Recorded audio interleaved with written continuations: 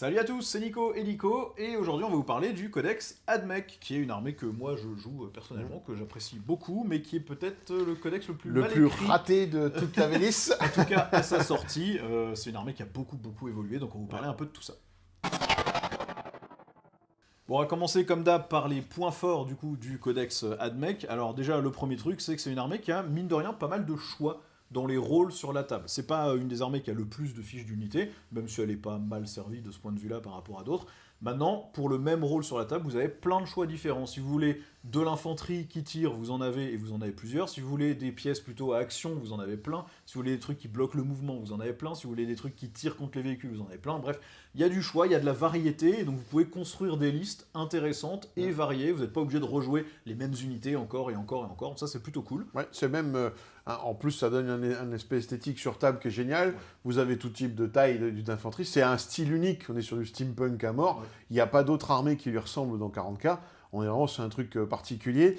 En plus, avant, historiquement, on pouvait aussi avoir des IK aussi dedans. Donc vraiment, on avait toute une gamme entre la petit Skitari jusqu'au tyran. Là, voilà. Ça commence à faire une sacrée gamme. Ça a une belle gueule sur table, par contre. Compliqué peut-être à peindre, mais vous avez beau truc. C'est aussi une armée qui joue au jeu entier, c'est-à-dire que c'est une armée qui peut faire du corps à corps efficace, qui a du tir très efficace, qui a des transports, qui a des mouvements réactifs, qui a des grosses pièces centrales sur table. Vous jouez à tout l'ensemble de toutes les règles du jeu, donc ça c'est plutôt sympa toujours, parce que là encore c'est le côté varié qui est cool sur la table. Il y a du monté, il y a du réacteur dorsaux, il y a du véhicule, du transport, il y a de tout. Et on a justement des belles pièces centrales, c'est-à-dire que vous avez Belisarius Cole qui est vraiment le Primark, l'équivalent Primark quoi, de l'AdMech, ou les Dune Crawlers qui font des tanks avec les petites pattes, c'est génial, sur des gros socles, voilà. Les avions, pareil, ça a vraiment de la gueule sur table. Et c'est un style vraiment unique, quoi. Ouais, et puis en termes de jeu sur table, c'est aussi un style assez unique parce que c'est une armée qui ne marche que par empilement de buffs. Vous devez avoir la bonne unité à côté de l'autre bonne unité qui donne le bon bonus avec la bonne amélioration, le bon personnage et le bon strata. Et là, vous faites des trous dans tout et n'importe quoi. Par contre, à partir du moment où vous êtes mal placé, vous n'avez pas donné le bon buff, vous n'avez pas le perso au bon endroit, votre armée fonctionne beaucoup moins bien et donc ça reflète super bien le Mechanicus dans l'historique du jeu. Hein. Le côté technoprète donne ses ordres à proximité avec le réseau neural, etc. Ça marche le côté doctrinal un peu, c'est-à-dire tout est calibré, calculé, machin, et tout est fait en sorte que voilà, vous devez tuer un véhicule, vous avez un protocole pour tuer des véhicules, ça se passe comme ça, etc. Et donc sur table, c'est à peu près bien représenté. Moi, je trouve qu'il y a eu des versions où les AdMech étaient quand même plus sympas de ce côté-là. Mais après, ça avait la complexité d'être peut-être des fois toxique par rapport au nombre de règles. Mais là, vous avez cette impression d'avoir mis la bonne carte à trous dans la machine, et puis du coup, votre unité, elle fait bip boop, elle fait ce qu'elle a à faire, et ça marche bien, et c'est fun à jouer. Bon, au niveau des points faibles, l'évidence, c'est que le codex, il a été complètement loupé à sa sortie. C'est probablement le pire codex de toute l'édition, peut-être à part les agents de l'Imperium qu'on a là, qui effectivement, ont été un peu loupés aussi. Mais l'AdMech, vraiment, pour une armée que Games Workshop voulait soutenir, le codex, il a été... au fait, aujourd'hui, ça, c'est complètement obsolète. Ça a été quasiment réécrit intégralement. Et puis, c'était vraiment... Moi, pour l'avoir joué vraiment en début d'édition, on avait l'impression de jouer avec 500 points de moins que l'autre. Voilà. Pas en termes de figurines sur la table, au contraire, mais en termes de puissance. On avait plus de figurines que tout le monde, mais elles faisaient rien du tout, quoi. Et ça, c'est vrai que c'était naze. Un autre point faible, du coup, c'est ça fait partie des défauts d'écriture, c'est que toute l'armée touche à 4, alors qu'on est censé être des humains améliorés. Les humains normaux touchent à 4, alors eux devraient toucher à 3 parce qu'ils sont améliorés. Donc voilà, ça aurait simplifié beaucoup de choses, je pense, déjà à la sortie dans le codex. Maintenant, c'est assez frustrant. On est passé d'un index qui était déjà mal écrit à un codex qui est encore pire, quoi. Ouais. Donc, quand on est joueur AdMech de cœur, et tu l'as été, il y en a d'autres dans l'association, faut s'accrocher, quoi. Faut vraiment les aimer pour les jouer. Hein. Moi, si j'avais pas joué plusieurs armées à ce moment-là, je pense que j'aurais peut-être arrêté la V10 pendant un moment, parce que vraiment, c'était pas fun du tout à jouer, vraiment pas. Il a fallu 2 ans pour corriger tout ça. Au moins, ils s'y sont mis. Voilà. À l'inverse de ce qu'on a vu dans le codex Agent de l'Imperium, au moins, ils ont bossé dessus et ils ont bossé intelligemment dessus. Petit à petit, ils ont rajouté des trucs, ils ont étudié, voir ce que c'était, ils ont rebaissé les choses, rajouté. Là, on est maintenant sur une version du codex qui est complètement jouable. Alors, on voit malheureusement que 2 types de détachements qui sont joués, mais vous avez un vrai codex à jouer, quoi. Voilà, enfin, ils ont même été presque un peu trop loin, finalement, dans l'équilibrage, puisqu'il y a un moment où l'AdMech était vraiment pour le coup presque oppressant. Hein. Ouais. Et la seule raison pour laquelle ils n'ont pas défoncé tout le monde, c'est que peu de gens finalement jouent l'armée, elle n'est pas très jouée. Et là encore, à mettre sur table, si vous vous dites tiens, ça y est, c'est pété, je vais le jouer, en 2 mois, vous n'avez pas le temps de faire une armée ad mec full paint et tout, c'est très compliqué. Hein. Et d'ailleurs, du coup, c'est un autre point faible, c'est que c'est une armée qui coûte extrêmement cher en euros à assembler, hein, parce que tout coûte très peu cher en points. On est passé d'une armée qui était très élite dans d'autres versions à une armée plus de horde et de masse. On est un peu remonté en performance, les coûts en points ont un peu monté, mais vous allez toujours avoir quelque chose comme 60-70 figurines sur la table. Facilement, ouais. Et quand vous achetez les boîtes par 5 Teraxi, c'est 55 balles de mémoire, ou 45 €. Un Ballistari, et vous allez sans doute en jouer 6, ça vous coûte déjà 50 ou 60 balles. Enfin, les prix sont très élevés, et on n'est pas à 1 point 1 euro, mais il y a des fois on se demande un peu si on en est pas là. Justement, ouais. Ça fait partie aussi des points faibles, c'est que du côté hobby, c'est des unités qui sont ultra détaillées, donc ça peut être une galère pour quelqu'un qui commence à peindre et qui commence le hobby, parce que ça peut être très décevant si c'est mal peint, en fait. On voit qu'une seule couleur, on va voir que la cape ou quoi, ça manquera un peu de contraste sur les détails. Par contre, si ça vous fait plaisir, voilà, vous pouvez aller loin dans la peinture, ça c'est clair. Et il y a aussi le côté, tout ce qui est avec les ailes, les trucs, ça prend une place pas possible, ça arrête pas de péter, ça tombe tout le temps. C'est ultra fragile, vous voyez l'armée admec de quelqu'un qui joue en compétitif, tout tient avec 3 bouts de scotch, 2 bouts de glu, on a remplacé tous les socles de volant parce que ça marche pas, il y a des bouts d'ailes pétés, il y en a plus un qui a son antenne sur le dos, là, hein. C'est une armée ultra fragile, donc c'est probablement une des armées en termes de hobbyistes qui demande le plus d'expertise pour la peinture, l'assemblage, le transport et tout. Faut pas en avoir peur parce que ça se répare et c'est pas un vrai souci. Non, mais faut le savoir quand vous commencez l'armée, vous allez péter des trucs à un moment ou à un autre. Hein.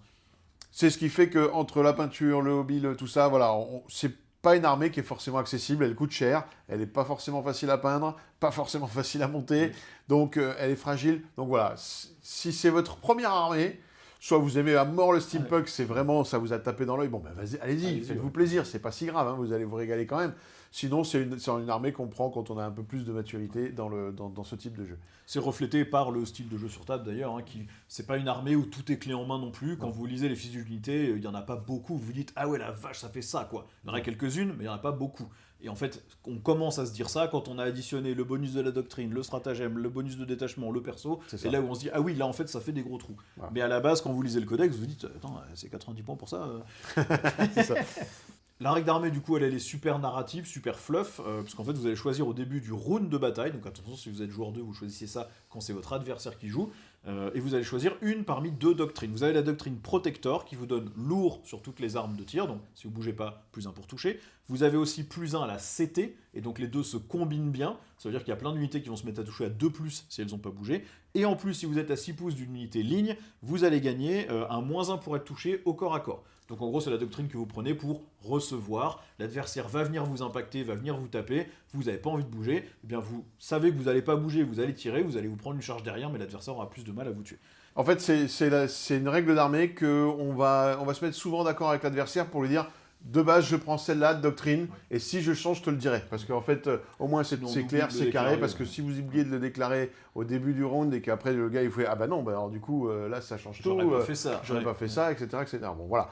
Pensez, vous vous mettez d'accord avec l'adversaire, vous savez que vous allez jouer, souvent, c'est la première doctrine, vous mettez en plus un CT, parce que vous allez tirer beaucoup plus que ce que vous allez faire de CAC, par exemple, j'en sais rien. Hein.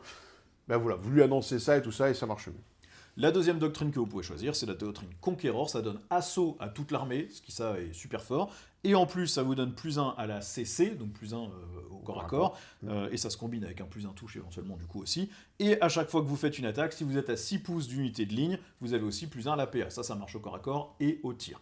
La plupart du temps, c'est cette doctrine-là qu'on prend, parce qu'en fait, maintenant, on a des sources de relance avec Belisarius Call, donc la touche à 4 est moins embêtante. Ouais. Et quand vous êtes à portée des lignes, le +1 en PA, il permet vraiment de passer certains paliers et de faire des gros trous. Et le fait d'avoir assaut vous donne une grosse mobilité sur la table. Donc souvent, on joue dans celle-ci. Et quand par contre l'adversaire a décidé qu'il allait faire « je me mets sur les objets, je bouge pas », là vous prenez la doctrine où vous tirez comme un goret et vous l'explosez à distance. Mais souvent, on est plutôt en conquérant. Après, ça dépend évidemment de votre liste d'armées, de votre style de jeu, etc. C'est une règle qui a changé vraiment par rapport à l'index, parce que du coup, le codex c'était mal écrit, c'était pas bon. Même à la sortie du codex, c'était pas comme ça. Donc elle a très bien fait. Là, comme elle est bien, parce qu'elle correspond bien au fluff du codex. le fait de s'adapter à ce qu'on veut faire, c'est ça, ce côté très protocolaire des actions. Planifié. Voilà. Et c'est ce qu'on aime du coup dans cette armée, c'est là où est vraiment son âme et qu'on voit bien les mecs en mécanique qui font... Je sais pas si vous avez joué pareil aux jeux vidéo ou avec Adeptus Mechanicus, là, qui est très sympa d'ailleurs.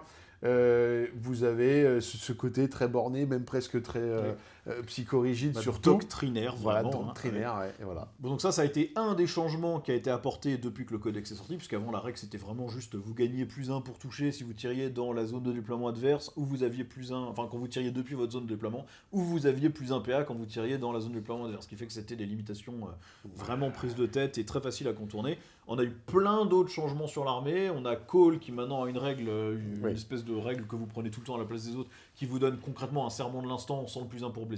Vous choisissez une unité n'importe où sur la table, sans ligne de vue, sans portée, et vous dites toute mon armée va relancer toutes les touches contre ça. Ça c'est super fort. Ça change tout. C'est ce qui a ouvert le jeu de l'ADMEC concrètement et donné même ça a rendu Belisarius Cole quasiment auto-include, voilà, par contre, malheureusement. Donc il a aussi encore augmenté en coût en points, mais du coup il devient une taxe un peu incontournable parce que ça c'est très très fort comme buff. Et en fait c'est ce qu'on disait, c'est dommage que quand ça soit sorti, tout touchait à 4 et que le +1 pour toucher, il fallait des restrictions abominables et pas logiques. Tout aurait touché à 3 et moins de problèmes, déjà rien qu'à la sortie. Et il n'y avait pas besoin de rééquilibrer en obligeant à prendre un personnage nommé, parce que là concrètement si vous jouez pas Cole en ADMEC, vous jouez quand même avec un bras dans le dos. On sent qu'ils sont encore en train de faire des recherches pour la V11 du codex.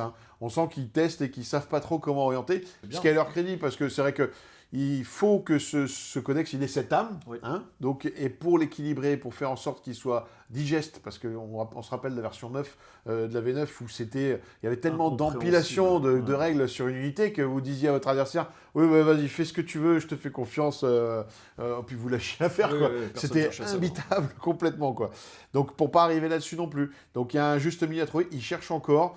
Ça commence à avoir de la gueule, mais dans la data slate, ça fait partie du codex qui prend le plus de place. Oui, c'est ça. Il y a eu plein de changements sur des profils d'armes qui ont gagné un certain nombre d'attaques, qui ont gagné en force, ou qui ont gagné en PA, ou qui ont gagné blessure dévastatrice, ou qui ont gagné touche soutenue. Enfin, ils ont rajouté des tonnes et des tonnes de trucs sur quasiment tous les profils d'armes, des tanks, sur les Sidoniens, enfin les Rostalkers, les choses comme ça. Donc bon, concrètement, si vous achetez le codex aujourd'hui, n'utilisez pas du tout les règles cadans parce qu'elles sont complètement fausses maintenant. Si vous n'avez pas l'habitude d'utiliser les data slates parce que vous vous en foutez, parce que vous jouez en amical, bah là si, faites-le. Pour ce codex, parce que sinon ça va vous passer vraiment à côté de quelque chose. On dit souvent que vous pouvez jouer au jeu comme vous voulez, si vous aimez la V9, si vous aimez l'index, jouez l'index. En ADMEC, ne jouez pas l'index parce que vraiment vous tirez une balle dans le pied systématiquement. On va passer au détachement. On commence avec le détachement Rad Zone. Donc c'est un détachement qui va vous donner une règle qui vous permet de bombarder l'adversaire. Donc au début du premier round de bataille, avant que qui que ce soit ait bougé ses figurines ou quoi que ce soit, l'adversaire doit désigner pour chacune de ses unités ce qu'elle va faire. Est-ce qu'elle reste debout sans rien faire? Et dans ce cas-là, sur 3+, elle prend des 3 blessures mortelles. Ou alors est-ce qu'elle se met à couvert? Dans ce cas-là, elle est automatiquement ébranlée. Et sur 5+, elle subit des 3 blessures mortelles. Donc en gros, est-ce que je prends les BM direct, parce que sur 3+, c'est facile, ou est-ce que je me dis, je vais quand même moins les prendre, par contre, je suis ébranlé, et du coup, vous êtes ébranlé pour tout le premier round de bataille, ce qui fait que non seulement vos règles de sticky ne marchent pas, vous ne pouvez pas utiliser de stratagème du tout sur votre armée, il y a plein de choses que vous ne pouvez pas faire, et quand vous, ADMEC, si vous êtes joueur 2, vous allez vous activer dans des unités ébranlées, ce qui fait qu'il y a plein de trucs que vous pouvez faire et que l'adversaire ne fera pas. Donc c'est un vrai choix qui est proposé à l'adversaire au premier round, et sur tous les rounds suivants, au début de votre phase de commandement, toutes les unités ennemies qui sont dans la zone de déploiement, sur un 3+, vont prendre une blessure mortelle, et devront faire un test d'ébranlement aussi. C'est un détachement qui est rigolo, on le voit plus trop en compétitif, mais... au début, c'était le détachement d'index, en fait, à la base.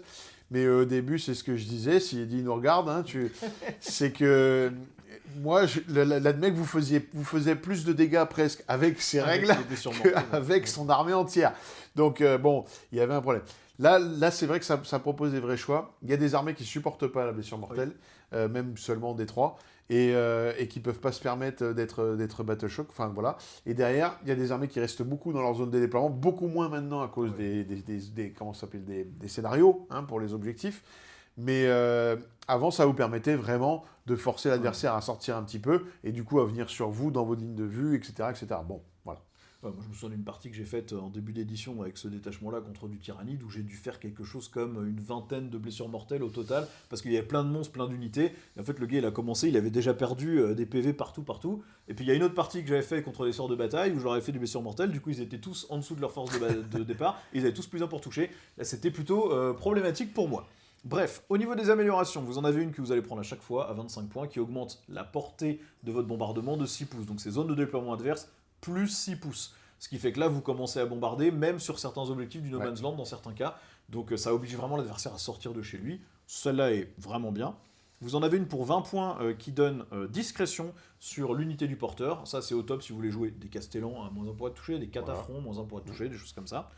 Vous avez ensuite pour 20 points touche soutenue 1 sur l'unité du porteur. Ça c'est pareil, c'est très fort. On le voyait souvent dans des cataphrons justement, parce que ça a beaucoup de tirs en touche soutenue. Surtout maintenant avec la relance des touches de Belisarius Cawl, vous pouvez aller les chercher, c'est soutenu. Oui. C'est vraiment bien. Et enfin pour 15 points, on a anti-infanterie 2+, et anti-monstre 4+, sur les armes de tir du porteur. Ça en gros ça n'allait que sur un Manipulus parce qu'il a blessure dévastatrice sur son lance-flamme. Voilà. C'est un lance-flamme, des 6 tirs, blessure dévastatrice, force 4, PA 0 je crois, dégâts 2, ignore couvert de mémoire. Sauf que quand vous le passez en anti-infanterie 2+, le lance-flamme, blessure dévastatrice, dégâts 2 en anti-infanterie 2+, si vous avez fait 6 tirs, vous faites ultra mal. Donc ça c'est toujours rigolo à mettre. Là on est quand même sur un pack d'amélioration qui est très intéressante, qui va buffer bien les unités qu'on a envie d'avoir dans le détachement. Donc ça marche. C'était pas là-dessus qu'ils se sont plantés. Non. Ça, de ce côté-là, ça marche. Ça marchait bien. Au niveau des stratagèmes, pour 2 PC à la phase de corps à corps, vous pouvez choisir une unité Adeptus Mechanicus. Et si vous choisissez une unité ligne, vous pouvez aussi aller choisir une unité Skitari à 6 pouces qui gagnera le même bonus. Jusqu'à la fin de la phase, à chaque fois qu'on vous attaque, vous avez moins 1 pour être blessé. Donc ça, c'est 2 PC, mais potentiellement sur 2 unités. Moins 1 pour être blessé au corps à corps, c'est bien. Surtout si vous êtes déjà en moins 1 touche avec la bonne doctrine. En fait, ça vous apporte un tanking, surtout sur les cataphrons. Et les cataphrons, pour être full relance, ils ont besoin d'être à portée d'une ligne. Donc, en fait, c'est facile d'utiliser ça à ce moment-là. Par contre, c'est 2 PC. Bon. Voilà. Ensuite, pour un PC à votre phase de commandement, vous choisissez un technoprêtre et un objectif qui est à 24 pouces du technoprêtre. Vous jetez un dé sur chaque unité ennemie qui est à portée de cet objectif. Sur 4+, ils prennent une mortelle et ils prennent un test d'ébranlement.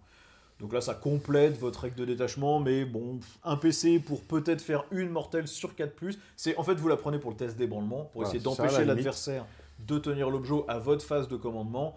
Mais bon, il y a trop de restrictions, trop de contraintes dessus. Ensuite, pour un PC, vous choisissez une unité Skitari qui n'a pas encore bougé à votre phase de mouvement. Si cette unité Skitari est ligne, vous pouvez choisir une autre unité Skitari en plus à 6 pouces. Jusqu'à la fin de la phase, à chaque fois qu'une de ces unités avance, elle fait automatiquement 6 sur son avance. Ça, c'est super bien. L'avance auto à 6, vous pouvez la mettre sur des dragons sidoniens qui sont les poulets de corps à corps. Ça, c'est super fort pour eux parce que du coup, ils zooment sur toute la table. Surtout que de mémoire, ils ont avancé charge par défaut. Mais ça marche aussi très bien sur des Rustalkers qui ont envie d'aller impacter au corps à corps. Et du coup, vous pouvez le donner en plus à une petite unité de Skitari de base qui va avoir assaut avec la bonne doctrine et qui du coup va bouger de 12 pouces. Très bien.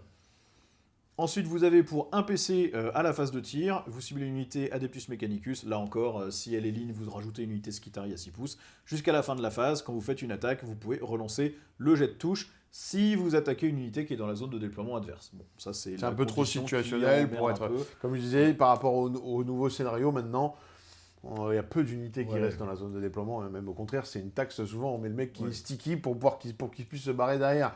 Donc, si l'adversaire vous laisse rentrer 10 ptéraxis avec les lance-fléchettes qui ont 5 tirs chacun, éventuellement pour dégommer l'unité qui tient son objectif chez lui, si vous allez laisser poser tous ces socles-là, sinon bon, il n'y a pas trop de cas où vous allez l'utiliser, ou peut-être en fin de partie, mais si en fin de partie vous attaquez les trucs dans la zone de déploiement, vous avez déjà gagné la partie. Hein. Oui. Donc c'est qu'il ne reste plus rien sur la table. Ensuite, pour un PC à votre phase de tir, unité Admech qui n'a pas encore tiré va gagner touche fatale, donc ça c'est super bien. Ça marche toujours. Avec l'amélioration, vous pouvez avoir une unité qui est en touche soutenue et touche fatale, et qui possiblement relance les touches si vous tirez au bon endroit. Depuis que Belisarius Cawl ou qui relance avec Belisarius. Donc ça c'est très bien. Et le dernier stratagème, pour 2 PC, vous allez avoir une invulna 4 contre les tirs adverses sur une unité Skitari, et là encore, si vous avez ciblé une ligne, eh bien vous pouvez prendre une deuxième unité Skitari. Donc vous allez mettre une invulna 4 sur un petit pack de Rangers machin qui est sur un objet, et en plus vous allez pouvoir donner une invulna 4 à un véhicule, un Scorpius, au transport, ou au Ballistari, ce genre de truc. Donc pour 2 PC, ça c'est vraiment bien. C'est pas mal. Vous avez toujours des invulna 5 en Admech dans la plupart des cas, sauf que là vous avez l'invulna 4, c'est un tir de résistance en plus globalement. C'est quand même pas rien. Et du coup, si vous avez ciblé certaines unités Skitari, il y en a qui ont automatiquement une amélioration qui vous permet de récupérer un PC sur un 5+. Donc si vous avez dépensé vos 2 PC pour cibler vos petits Rangers et vos poulets, et sur 5+, vous récupérez le PC en ayant ciblé les poulets. Ou vous pouvez mettre la même chose sur les petits Rangers, ce qui fait que vous pouvez essayer 2 fois de récupérer votre PC, ce qui est vraiment cool aussi. Bon, en général, les infanteries, on leur donne plutôt le truc qui donne ignore le couvert, mais bon, ça marche aussi. Unité iconique de ce détachement, il n'y en a pas vraiment, parce que c'est vraiment les détachements qu'on peut tout jouer là, sur Radzone. C'est pas un détachement compétitif parce qu'il n'a pas assez d'armes qu'on verra dans les autres détachements.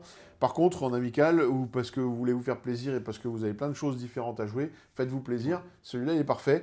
On peut parler de Belisarius Cole parce que lui, par contre, vous allez le prendre partout. Voilà, donc autant commencer avec lui tout de suite. Donc Cole, c'est quand même une belle figurine qui maintenant vaut 210 points, donc c'est quand même pas donné. Il bouge à 8 pouces, mais il a la même règle que les Primarques, donc il peut traverser les murs. Il est endurance 8, 10 PV, save à 2, invulna 4, OC 3. Il est agent solitaire quand il est à 3 pouces d'une unité Adeptus Mechanicus, n'importe laquelle. Ça, c'est plutôt sympa. Il se resoigne de D3 PV au début de chacune de vos phases de co. Il est un peu nécron, mais il faut pas le dire. Il est un peu nécron, il est un peu maléfique, mine de rien. Et vous pouvez choisir une de ces aptitudes.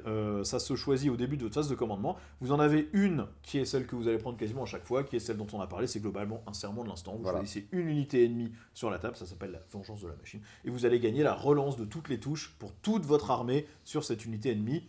C'est ultra fort. C'est très fort, il n'a pas besoin de les voir. Hein. Il n'a pas besoin de les voir. Donc, il n'y a pas de portée, c'est vraiment, il est là sur table, vous avez un serment de l'instant, en plus de votre règle d'armée, etc. C'est extrêmement fort. Et rien que pour ça, c'est bien. Comme il est non opérative, on le joue assez facilement, parce qu'il va suivre les unités. Vous pouvez lui mettre aussi d'autres auras, mais bon, c'est vrai que c'est celle-là qu'on utilise le plus. Et après, par contre, il faut quand même faire attention. Parce que l'adversaire, il le sait que si vous snipe le call, là, vous perdez énormément. De puissance. Voilà. Donc ça vous oblige à le jouer quand même plus en retrait qu'en offensif, et du coup c'est 210 points pour juste avoir forcément. Parce que bon, ça reste une unité qui tape quand même bien, on le verra après. Maintenant, les autres auras sont pas nuls non plus. Il y en a une qui va lui donner le mot-clé ligne, ce qui fait que vous déclenchez tous les petits bonus de vos doctrines, mais aussi du coup dans le détachement Radzone, comme c'est une unité ligne que vous ciblez, il y a plein de cas où vous pouvez le cibler lui et du coup cibler une deuxième unité Skitari à côté, ce qui est sympatoche. Et en plus, quand vous choisissez cette aura, à 6 pouces de lui, vous avez +1 à l'OC sur toutes les unités Admech à 6 pouces de lui. Voilà. Vous avez déjà des trucs au C2 qui passent au C3, et vous avez certaines unités au C2 qui retirent un d'OC à l'ennemi dans un rayon de 3 pouces. Ce qui fait que déjà l'ennemi il a -1 d'OC, mais vous êtes au C3, donc vous ne reprend jamais l'objectif tant que l'unité n'est pas morte. Et dès que vous faites un test de commandement ou d'ébranlement, vous avez +1 au test. Si l'adversaire tyrannide n'a pas encore utilisé son Shadow in the Warp, c'est le moment de prendre celle-là. C'est comme ça qu'on le jouait, en fait, l'Admech, on l'a joué même malgré tout, toute la version, et surtout en équipe, mais dans un gameplay un peu cancer, justement, où il s'agissait de horde, d'aller prendre les objets, d'envoyer tellement de figurines que l'adversaire, avec ses peu dossés, il n'arrivait pas à reprendre, à scorer, etc. Donc, typiquement, les autres auras, elles servaient à ce moment-là pour ça. Gagner de l'OC, enlever de l'OC à l'adversaire, inonder la table, etc. Aujourd'hui, il y a plein d'autres gameplays à faire avec l'Admech. C'est une armée très violente maintenant. Voilà. Mais on a quand même, dans tous les cas, la faiblesse d'avoir plein de petites unités qui sont importantes pour les synergies et qui sont assez faibles. Et en général, l'adversaire, s'il est capable de vous les tuer, même en tir sans ligne de vue, l'Admech, il aime pas trop. Si vous avez beaucoup de ratata, de lance-flammes, de machin, et que vous pouvez tuer les petites figurines rapidement, il aime pas trop. Et après, il n'y a que à se prémunir de vraiment puissants en tir, c'est les poulets. Voilà, on les connaît maintenant, les poulets. On sait leur portée de menace et tout. La dernière aura, ça donne discrétion sur toutes les unités Admech à 6 pouces, donc -1 pour être touché au tir. Ça peut être sympa dans certains cas aussi, quand vous savez que vous allez prendre la sauce. Ou à votre T1, si vous voulez jouer très agressif, vous pouvez utiliser ça. Il y a un détachement qui fait ça mieux. Mais... Voilà. Après, en termes de dégâts, ils ont bien boosté son profil aussi, parce que maintenant, il a une espèce de méga multifuseur qui fait 3 tirs de force 14, PA-4, dégâts D6, fusion 3. Donc quand il est à 9 pouces, il vous balance des D6 plus 3, et il a 3 tirs à 2+, et il relance du coup toutes les touches avec son truc. C'est sexy, mais ça fait prout tout le temps. Ça dépend sur quoi tu tires. S'il n'y a pas d'invulne, ça dégomme. Ça a tendance à tirer sur le truc qui n'avait pas été serment de l'instant. Oui, aussi, oui. Donc il va rater ses tirs parce qu'il n'aura pas relancé. Non, et en fait, moi je ne l'ai jamais vu tuer quelque chose. Hein. Le jour où ça tue bien. Ah ouais. Et ensuite, au corps à corps, il est quand même relativement efficace, parce qu'il a 4 attaques d'un équivalent contre l'énergétique, en 8 -2-2. Il a en plus 2 D6 extra attaques, force 4, PA0 dégâts, donc il peut potentiellement tuer les petites unités de 4-5 figurines qui essaient de l'engluer. Et il a en plus, en autre extra attaque, 4 attaques de force 5, PA-1, dégâts 1, mais anti-véhicule 4+, Death Wounds, donc il peut terminer un petit véhicule qu'il aurait commencé avec son ça par fuseur. contre, ça oui. Il peut dégommer des petits packs de Space Marines, des choses comme ça, donc voilà, faut pas les laisser rentrer chez vous. J'ai déjà fait sortir une Ghost Kill avec Belisarius. Non, après, il surprend même au CAC, parce qu'il tank quand même un peu, hein, mine de rien. C'est une bonne figurine. Quand il additionne toutes ses attaques, et il fait un peu de dégâts. Donc on se dit pas, le petit Admec là, qui a l'air tout chétif et papy, machin. Non, il n'est pas que là que pour buffer. Donc voilà, entre ça plus ses tirs, mine de rien, il faut qu'il soit pris au sérieux quand même. Malheureusement, il est tellement structurant maintenant dans votre armée que vous ne pouvez plus vous permettre de l'exposer. Ouais. Donc voilà. Le détachement suivant, c'est un qui est très joué en compétitif, c'est la corde de chasse Skitarii. La règle elle est simple, vous prenez toutes les unités Skitarii, infanterie, montée et vos balistarii, et vous leur donnez discrétion, -1 pour être touché. Quasiment toutes les autres unités Skitarii hors véhicule ont déjà discrétion. Donc du coup, vous avez discrétion sur quasiment toute l'armée, à part les Scorpius et les Onagres globalement. Et vos unités Sicariens, donc c'est les Ruststalkers et les Infiltrators, eux ils ont en plus le bénéfice du couvert pour toute attaque qui serait à 12 pouces ou plus de E. Donc enfin à plus de 12 pouces de E. Ce qui fait que ils ont globalement une save à 3 au lieu d'avoir une save à 4, ce qui est ultra efficace. Oui. Ça c'est un gros bonus et c'est ce qu'on voyait souvent en début d'édition avec le gameplay vraiment je pousse des hordes de trucs durs à tuer quoi. Oui, celui-là il était joué tout le temps, maintenant il est devenu fort en plus. Avant il était joué pour le cancer, non, il est joué parce que c'est fort. Et oui, vous imaginez bien, déjà vous avez énormément de figurines sur table chez l'adversaire, des véhicules qui tankent, beaucoup d'invulnérables, donc ça veut dire que malgré votre PA, malgré ceci ou cela, vous allez quand même être dépendant des sauvegardes adverses, mais en plus si vous mettez -1 à la touche, ça commence à tanker, et quand on commence à avoir beaucoup de figurines sur table, et c'est le cas contre l'Admec, on voit que, mine de rien, d'avoir rien que le -1 à la touche change beaucoup, voilà. Faut voir qu'il y a des armées, vous jouez contre des orques, le mec il a essayé de faire une liste qui shoot, il va vous toucher à 6, donc déjà pour lui c'est terminé. Sur des armées type la Gardimpe qui dépendent de leur +1 touche avec leur ordre pour faire quelque chose, ils repassent en touche à 4, et donc soudainement c'est plus du tout les mêmes stats. Au niveau des améliorations, vous en avez une qui va sur un Marshal Skitarii à 25 points, qui vous permet au début du round de bataille de choisir une unité à 12 pouces et de lui donner les 2 doctrines à la fois. Ça veut dire que vous prenez une unité, vous lui donnez +1 à la CT, +1 à la CC, assaut, lourd, potentiellement +1 PA et -1 pour être touché au CAC. Ça c'est super bien. Voilà, le problème c'est que le Marshal rejoint que des petites unités. Des petits packs, voilà. Mais vous mettez ça en général sur une unité qui tient votre objet, et vous mettez des balistarii qui n'ont pas besoin de s'avancer trop, ils seront souvent à 12 pouces du Marshal, et donc vous pouvez leur donner à la fois les doctrines qui font qu'ils vont mieux toucher, et en même temps, ils ont aussi le bonus à la PA qui leur permet de vraiment dégommer. Ça marche plutôt bien.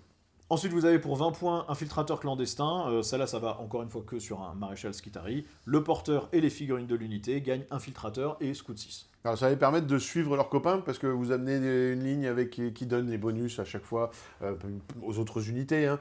Donc en fait, ça simplifie la géométrie sur table. Ça vous amène encore un truc qui peut aussi potentiellement engluer l'adversaire assez rapidement dans le tour, faire du move block, etc. Ouais. Et puis comme les Rangers sont déjà Scout 6, ça vous permet d'avoir le perso qui du coup gagne Scout 6, donc vous les mettez dans un transport qui lui aussi a Scout 6, ou ça vous permet juste d'utiliser le Scout 6 des Rangers, même si vous avez un perso dedans, c'est sympa. Ensuite vous avez pour 10 points une amélioration qui va là encore que sur un Marshal, et vous pouvez choisir 3 unités infanterie Skitarii et les redéployer, y compris les mettre en réserve. Bon, ça c'est excellent. Ça sert toujours, et vous allez commencer à vous poser pareil en infiltré, donc vous y allez, hein, Franco, et vous bloquez l'infiltration adverse. On en a déjà parlé dans le codex Rogue Trader, mais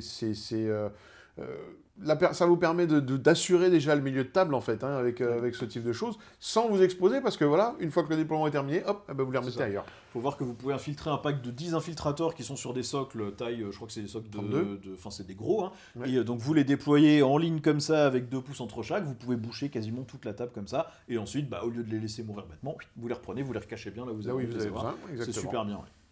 Et ensuite, pour 30 points, vous avez la capacité de donner à une unité de Skitarii qui sera rejointe par le Marshal qui a l'amélioration, le fait de pouvoir rebouger après avoir tiré, bouger de 6 pouces.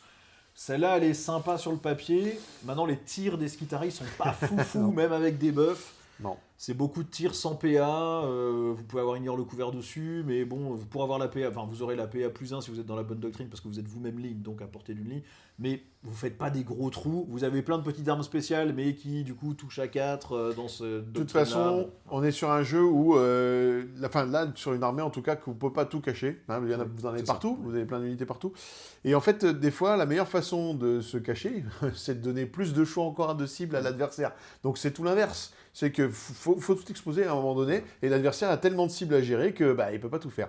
Donc, refait de rebouger de 6, bon, ça peut faire des petits tricks de move et tout ça. Mais honnêtement, c'est pas le plus fou. Ce qui peut être intéressant, c'est quand on arrive de faible, qu'on tire et qu'on bouge derrière pour aller prendre un objet. Ouais. Voilà. Mais bon, sinon, c'est si tellement vous les mettez, situationnel que est-ce qu'on le prend tout le temps, je suis pas sûr. Dans un transport, sinon, vous débarquez du transport, vous tirez, vous réembarquez dans le transport derrière le mur, comme ça vous avez fait quelques petits PV, vous êtes caché, mais bon, c'est pas ça qui va faire l'impact de votre armée, quoi. Au niveau des stratagèmes, pour un PC, vous avez un insensible à la douleur à 5 sur les unités Sicariens, Pteraxi et Sidoniens. Donc Sicariens et Pteraxi, c'est des profils type Space Marine, mais avec une save à 4. C'est 2 PV en du 4. Les Sidoniens, c'est carrément vos poulets de corps à corps, ou ça peut être votre Scatros, qui est votre agent solitaire. Donc ça, c'est des trucs en du 7 PV de mémoire, save à 3, vuln à 5. Donc c'est vraiment sympa. Anti-marcheur de plus, je crois. Ouais, c'est vrai, oui, accessoirement, si vous tapez sur un Dreadnought. Voilà. Mais non, l'insensible à 5, là, il est super, ça marche au tir, ça marche au cac, c'est parfait. Ensuite, pour 2 PC, vous avez la capacité de cibler 2 unités Skitari au début de la phase de tir ou de début de la phase de corps à corps, et vous allez gagner plus 1 PA seulement si vos 2 unités tirent sur la même cible. Ouais. Ça marche tout le temps, quasiment, c'est très bien. C'est très bien, en fait, c'est facile, parce que du coup, vous allez avoir l'unité vraiment où vous avez besoin de la PA qui va tirer, puis vous prenez une ligne à côté, un truc qui traîne, et puis voilà. Et si la première unité, elle a tué la cible, la deuxième peut faire ce qu'elle veut avec ses tirs. Hein. Elle est plus obligée de tirer. Elle est plus obligée de tirer sur le truc. On avait la même chose, nous, en taux. En mon cas, ça marche très très bien. Et ça permet vraiment de fiabiliser la létalité. Plus 1 PA, c'est très fort. Et sachant que, comme on l'a dit, les unités Skitari, il y en a plein qui vous redonnent le PC sur 5+, donc quand vous en ciblez 2, vous avez 2 chances sur 5+, de regagner un de vos 2 PC, ou les 2, donc c'est très bien. Ensuite, pour un PC à votre phase de charge, vous pouvez déclarer une charge, même si vous avez avancé, donc ça c'est au top aussi, parce que vous avez des unités qui bougent super vite, avec les Ruststalkers, les Infiltrators. C'est exactement ça. Surtout que maintenant, ils sont dépassés dégâts 2. Oui. Au corps à corps, donc ils rigolent plus au CAC maintenant, donc quand ils font des advance charges en plus, ça leur donne une létalité assez intéressante, une zone de menace qui est très très intéressante. Ensuite, vous avez pour un PC à votre phase de tir la capacité d'avoir un +1 pour blesser si vous tirez sur une unité ennemie qui a plus de 6 pouces des autres unités ennemies, et ça marche que sur les Sicariens, Pteraxi, Sidoniens, Ballistari ou Skitari montés. Ils excluent en fait volontairement les gros véhicules type Scorpius et autres. Ça, c'est très fort aussi. Oui, parce qu'en fait, ça, vous allez avoir envie de l'utiliser sur des unités un peu élites, et en général, les unités élites, il n'y en a pas tant que ça. Ouais. Donc, il a vite fait d'être à plus de 6 pouces de ses collègues. Et bon, voilà, un PC, c'est pas cher. Ouais. On a aussi des gameplays assez missiles, des fois, où on vous balance une grosse pièce centrale au milieu en mode, vas-y, viens la chercher. Là, vous allez la chercher. Là, vous allez la chercher, tout simplement. Ensuite, pour un PC, vous avez un agent solitaire à 18 pouces sur une unité infanterie Skitari, donc l'ennemi ne peut pas vous cibler. Il va en fait, en gros, vous n'allez jamais le dépenser parce que l'adversaire sait que vous pouvez le faire, et donc soit il va s'approcher, soit il va se mettre à portée d'une autre cible, mais il viendra pas vous attaquer ça, quoi. Il va peut-être essayer de vous faire cramer un PC, mais voilà. Et là encore, vous pouvez potentiellement le récupérer en fonction de ce que vous avez ciblé.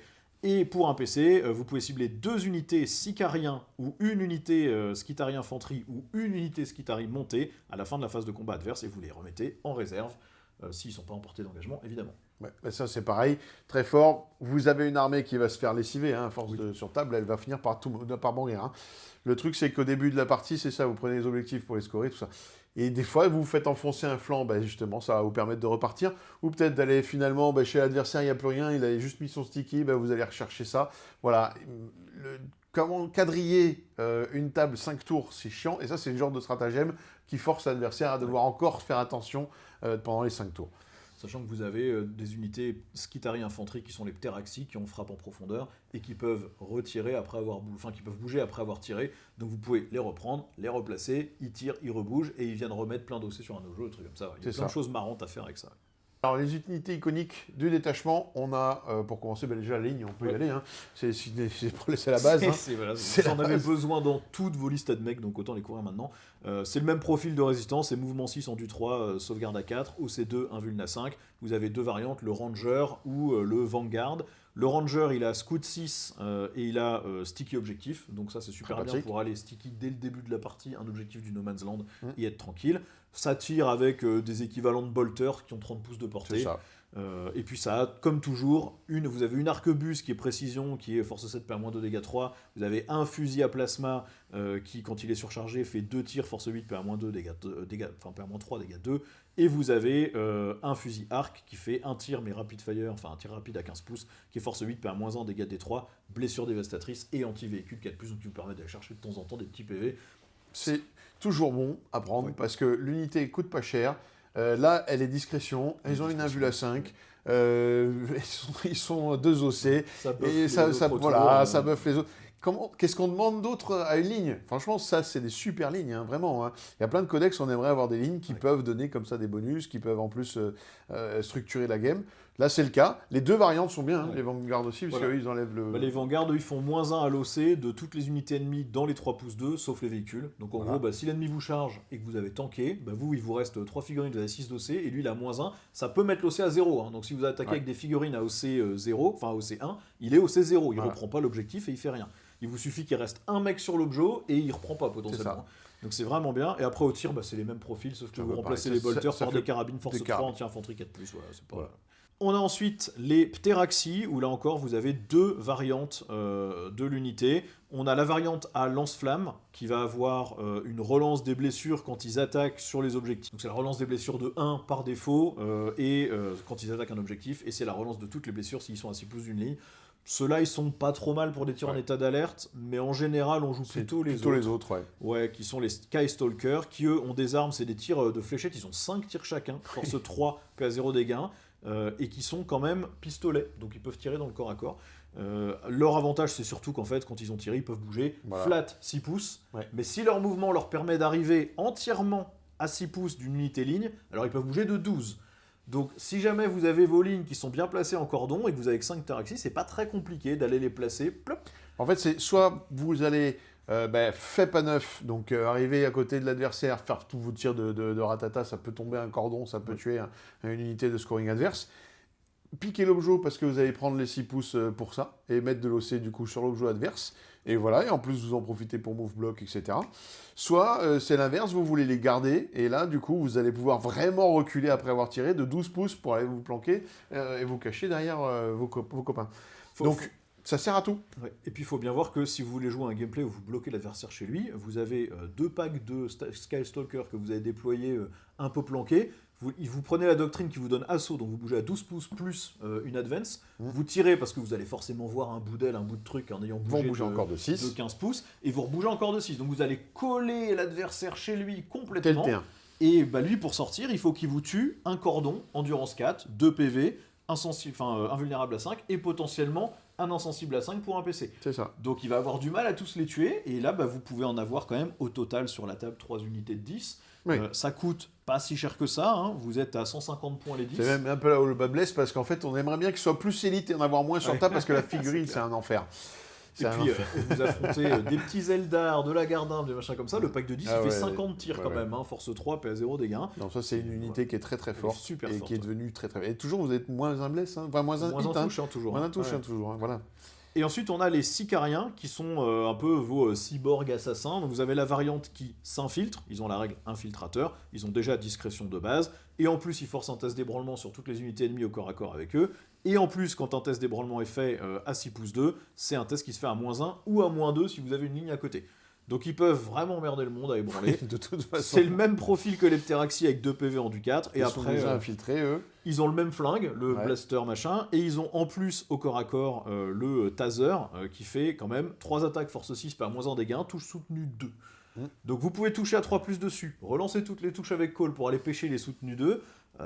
Avec le strata qui vous augmente la PA et tout, ça peut quand même commencer à faire mal.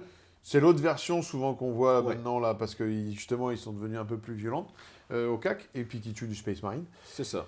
C'est les Ruststalker, donc eux, c'est le même profil de résistance. Par contre, ils ont +1 à l'avance, +1 à la charge tout le temps. S'ils sont à 6 pouces d'unité ligne, ils ont +2 à l'avance et +2 à la charge. Et après, quand ils cognent, en général, on les met avec la variante qui fait 3 attaques chacun, force 5, PA -2, dégâts 2, anti-infanterie 3+, et précision. Et vous avez le chef qui, lui, du coup, va avoir 5 attaques, force 5, PA -2, dégâts 1, anti-infanterie 3+, Dev Wounds et précision. C'est là où on n'oublie pas. Donc, on a aussi le Marshal et sa clique avec ces lignes qui ont pris l'amélioration, qui sont aussi infiltrées, qui vous suivent.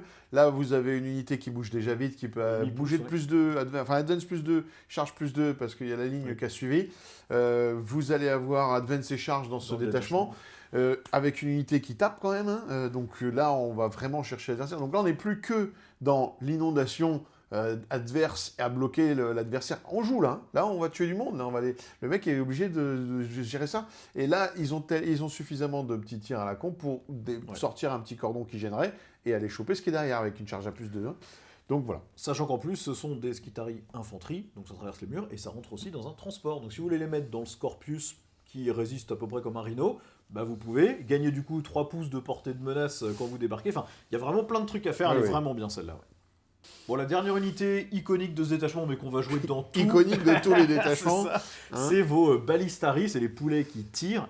Eux, c'est 10 pouces de move, endurance 7, 7 PV, sauvegarde à 3, OC 2 par poulet, invuln à 5, ça se joue par 1, 2 ou 3. En général, on prend des packs de 2 ou des packs de 3. Et vous avez au tir 2 options, soit vous leur mettez les autocanons, c'est 4 tirs par poulet, force 9, PA-1, dégâts 3, touche soutenue 1 et jumelé, sachant que dans le détachement, vous pouvez les passer en PA-2 avec le Strata. Voilà. Ou alors vous mettez les canons laser, 2 tirs, force 12, PA-3, dégâts 10 plus 1, touche soutenue 1, jumelé. C'est dur. Ils ont vachement été améliorés, eux, oui. Parce que... déjà, c'est un châssis qui était un peu chiant, parce que c'est un peu le même principe que les Piranato. Oui. C'est Landus 7. Landus 7, c'est chiant. Oui. C'est trop costaud pour tirer dessus avec des petites armes pourries, et pas assez, on a l'impression de gaspiller nos grosses armes dessus, quoi. C'est un peu le problème. Sauf qu'en plus, eux, vous avez moins un hit pour les toucher, et en plus, ils ont une invul. Oui. Donc ça les rend très pénibles, et quand ils ont les canons laser, ils sont super loin. Donc c'est une très très bonne unité. Malheureusement, encore heureux presque, ils ont des socles assez gros, ouais. Donc ils sont pas si maniables que ça, sachant que dès que vous allez commencer à les tourner, vous perdez 2 points de mouvement. Voilà, ils bougent que à 10, ouais. Mais ils ont advance et tir automatiquement, donc même si vous êtes dans la doctrine qui vous permet d'avoir plus 1 à la CT, vous pouvez quand même les faire avancer et tirer. Ils peuvent se replier et tirer, donc vous pouvez pas les engluer au corps à corps facilement, ou en tout cas leur mettre un -1 pour toucher. Et en plus, si vous leur forcez un test de fidélité, ils peuvent le relancer. Et quand vous les ciblez avec un PC, vous regagnez ce PC sur 5 C'est vrai que là, ils sont vraiment bien. Ouais. Avec Belisarius Call qui donne la full relance, là, vos canons laser, ils sont stables. Alors, touche soutenue, jumelé, touche à 3 dans la bonne doctrine et tout. Relance les touches, en fait, vous allez presque faire plus de touches que ce que vous avez tiré. Et puis derrière, vous êtes jumelé pour la blesse. Bon, ça va bien se passer. Ouais. Ça va bien se passer. Bon, c'est un super détachement, on le voit tout le temps en compétitif, il peut être très oppressant, vous pouvez le jouer de manière très agressive, vous pouvez le jouer en inonde la table avec des tonnes de trucs durs à tuer, il y a plein de gameplay possibles, il est toujours cool à jouer. Voilà, à jouer, vraiment, vous prenez toutes les unités Skitarii du codex, vous allez vous régaler, c'est pas très compliqué. À jouer contre, par contre, c'est beaucoup plus compliqué. Il y a vraiment le point faible maintenant des armées Admech, c'est le Belisarius Call. Ouais. Si vous avez de quoi aller le choper, vous allez gagner presque la game déjà. Ouais. Si vous arrivez à dégager Belisarius Call dans les premiers tours, ça va changer la donne énormément. Et après, vous êtes obligé d'avoir de la saturation. Parce que même sur des unités qui sont en 2 PV, oui. Vous vous amusez pas à mettre de la grosse arme dessus, parce que s'il va facilement avoir l'invul à 4. L'invul à 5 ou à 4. Voilà, donc en fait, faut saturer. Donc ça demande d'avoir les armes, et c'est pour ça qu'il est super intéressant, ce codex, aujourd'hui en team, parce que tout le monde n'a pas les armes. Ouais. Donc ça va toujours chasser des codex adverses, ça va toujours être répondant. Ça gère bien l'élite, ça gère bien la masse, ça gère bien les véhicules. Là, c'est vraiment un régal pour je pense que les fans d'Admech, là, ils se régalent. Oui, je confirme. Le détachement suivant, c'est le Datapsalm Conclave, donc le conclave de psaumes de données, je crois, en français. Là, c'est un détachement qui va booster que vos unités du culte Mechanicus. Il y en a assez peu dans le codex, mine de rien, mais vous pouvez donner le mot-clé en mettant des technoprêtres dans les lignes. En gros, vous allez choisir au début du premier round de bataille une bénédiction de l'Omnimessie qui s'applique pour toute la bataille sur toutes vos unités culte Mechanicus. Soit vous avez plus 1 à l'APA quand vous attaquez au tir à mi-portée, soit vous avez plus 1 force et plus 1 attaque sur les armes de corps à corps de toutes les unités culte Mechanicus quand elles ont chargé. Voilà. Mais c'est un peu dommage parce qu'il n'y a pas suffisamment d'armes, on va dire, en culte Mechanicus. Bon, il y a quand même les cataphrons, il y a les prêtres, il y a les robots. Et les robots sont pas... Non, les robots, ils sont castellans. C'est les cybernétiques. Malheureusement, c'est le troisième que je disais. C'est ce que j'allais dire, les robots, ça aurait été bien dedans. Oui, non, ils y sont pas. Mais du coup, bon, c'est un codex un détachement qu'on a peu vu, mais on l'a vu quand même, parce qu'il y a des armes, parce que mine de rien, quand le codex est sorti, on était presque plus létal dans ce détachement que dans les autres. Donc quand on voulait jouer de la létalité, on se repliait là-dessus. Ça restait moyen, bon, mais on fait ce qu'on a au début. Si vous avez une unité ligne qui est culte Mechanicus qui tire à mi-portée, toutes les armes sont PA-2. Voilà. Donc c'est des tirs de fusil, c'est 2 attaques par Skitarii de base ou 3 attaques de carabine à radium, anti-infanterie 4+, PA-2 dégâts. C'est des bolters de mecs de Zinch. Ah oui, donc ça commence à faire. Ça commence à faire. Les amélios, donc pour 10 points, vous en avez une qui va sur un technoprêtre seulement. Ça lui donne un commandement de 6. Et une fois par bataille, vous pouvez prendre une unité culte Mechanicus et là, enlever l'ébranlement dessus à 12 pouces. Bon, ça c'est... pour- Voilà, c'est pas fou, parce que ça vous permet pas de récupérer un objet que vous Non, auriez voilà. raté, quoi. Ça vous permet juste de vous cibler avec un strata après. Bon. Voilà. Ensuite, pour 15 points sur un technoprêtre seulement, à chaque fois qu'on alloue une attaque au porteur, vous changez les caractéristiques de dégâts à 1. C'est sympa, mais les technoprêtres, ça tank pas si bien Pas que ça. Donc, Ouais. c'est très bien quand vous le faites sur un capitaine à la russe en C'est ça. custodes, mais sur un technoprêtre, c'est pas aussi solide. Ça reste Donc, un technoprêtre. ça évite de se faire sniper, ça évite de perdre le mot-clé dans l'unité dans laquelle vous avez mis le technoprêtre, mais Voilà. c'est pas incroyable. Non, on ne dépense pas. Pour 20 points, vous avez une amélioration qui va sur un technoprêtre seulement. Une fois par bataille, au début de votre phase de commandement, vous pouvez choisir que l'unité du porteur va avoir 2 bénédictions.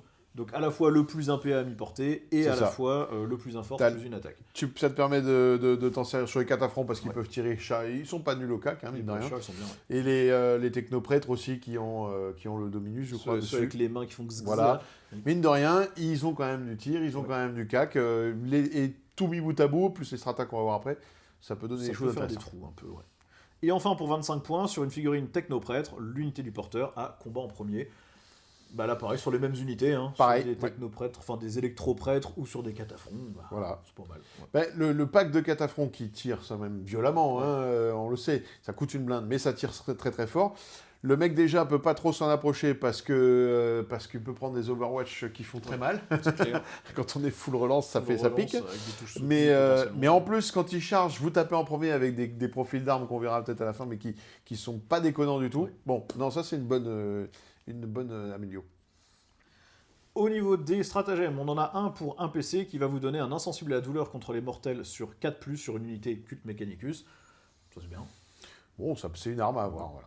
C'est bah, les cataphrons sont 3 PV, donc c'est vrai qu'éviter une grenade qui vous tue un perso. Voilà. Ou le truc bête, mais vous avez pris les mecs à plasma et vous avez raté votre hasard 12, vous pouvez toujours vous dire bon, hop, on va essayer de pas perdre ma Je suis pas figurine. sûr que tu puisses le Mais bon, séquencer ouais. comme ça, mais oui. Si, c'est à n'importe quelle phase, juste après que tu alloues une blessure mortelle. Donc tu peux Ouais, le faire. remarque, oui, tu peux. Mais ouais. bon, voilà, c'est pas pour un Non, PC, tu on, fais pas on ça. le fait hein. pas, Voilà. voilà, on le fait pas.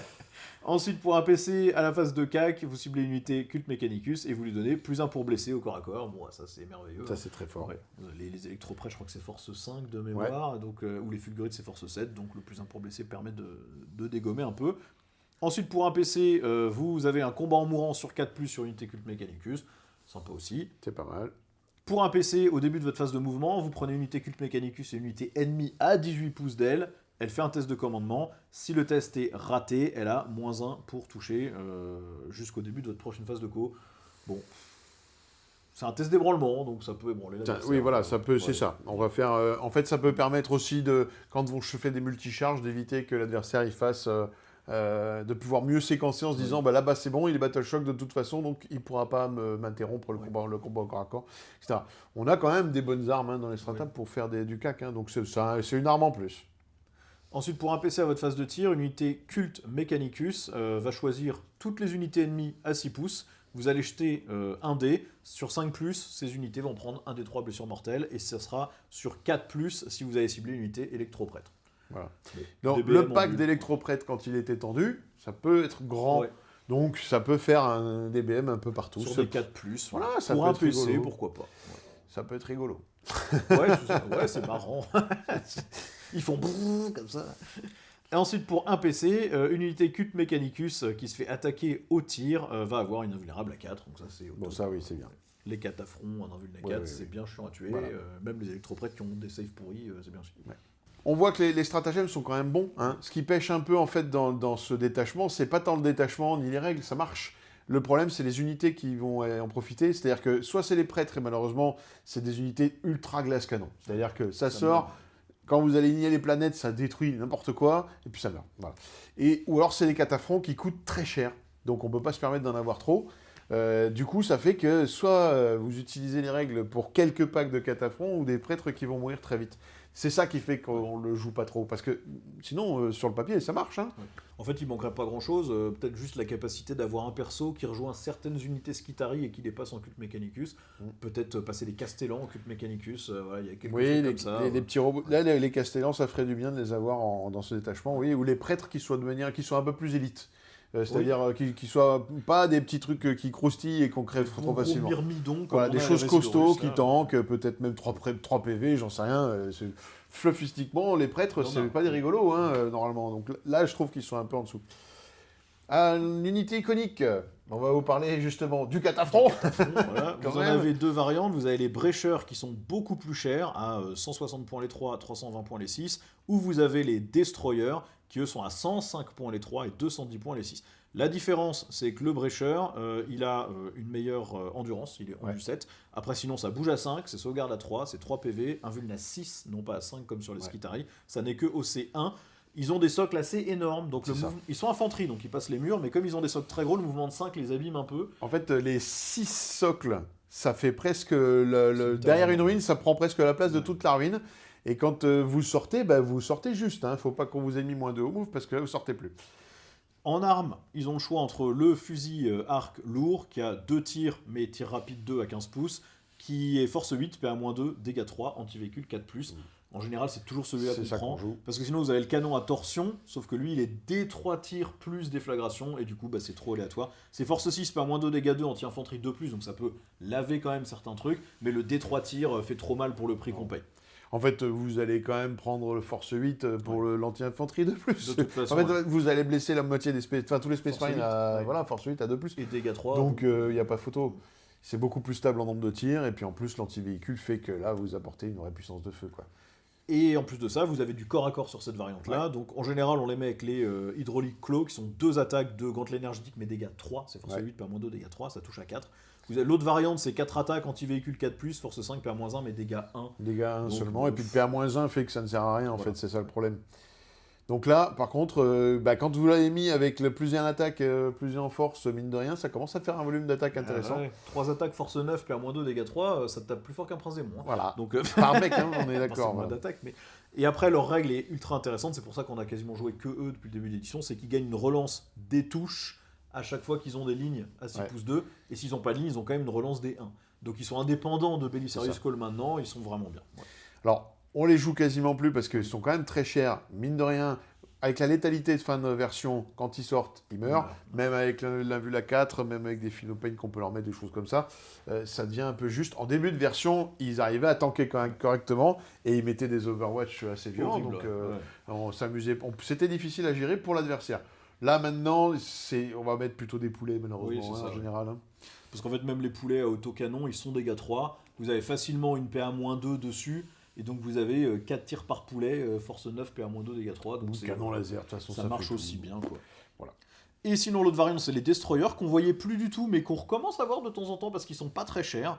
Eux, ils ont pas de corps à corps, ils ont une arme de mêlée de base. Par contre, au tir, vous pouvez leur mettre un petit lance-flamme, qui est un lance-flamme de base, force 4, qui va vous permettre de faire des Overwatch sympas. Vous pouvez leur mettre soit un canon grave, 4 tirs, force 6, PA-1, dégâts 2, anti-véhicule 2+, qui est sympa. En général, on les met plutôt au plasma, parce que quand vous surchargez, c'est 4 tirs, force 8, PA-3, dégâts 2, donc ça fait des gros trous aussi.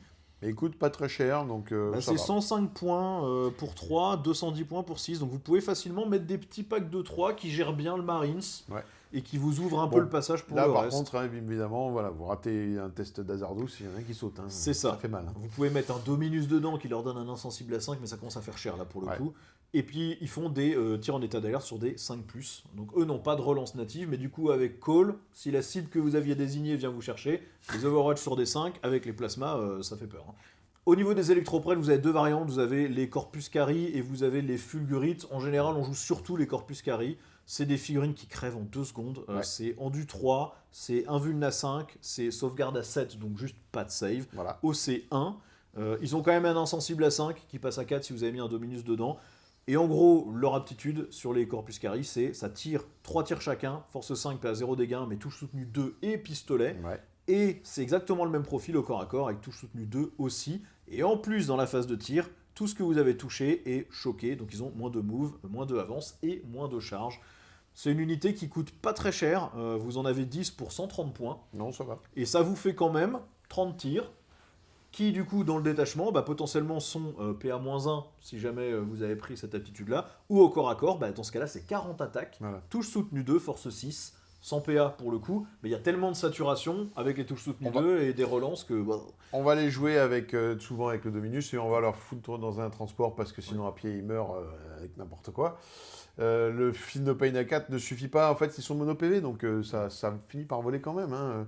Mais sinon c'est une unité qui pourrait être très intéressante. Moi je regrette qu'elle soit pas un peu plus élite, même quitte à être plus chère, parce que là elle donnerait du sens à ce détachement.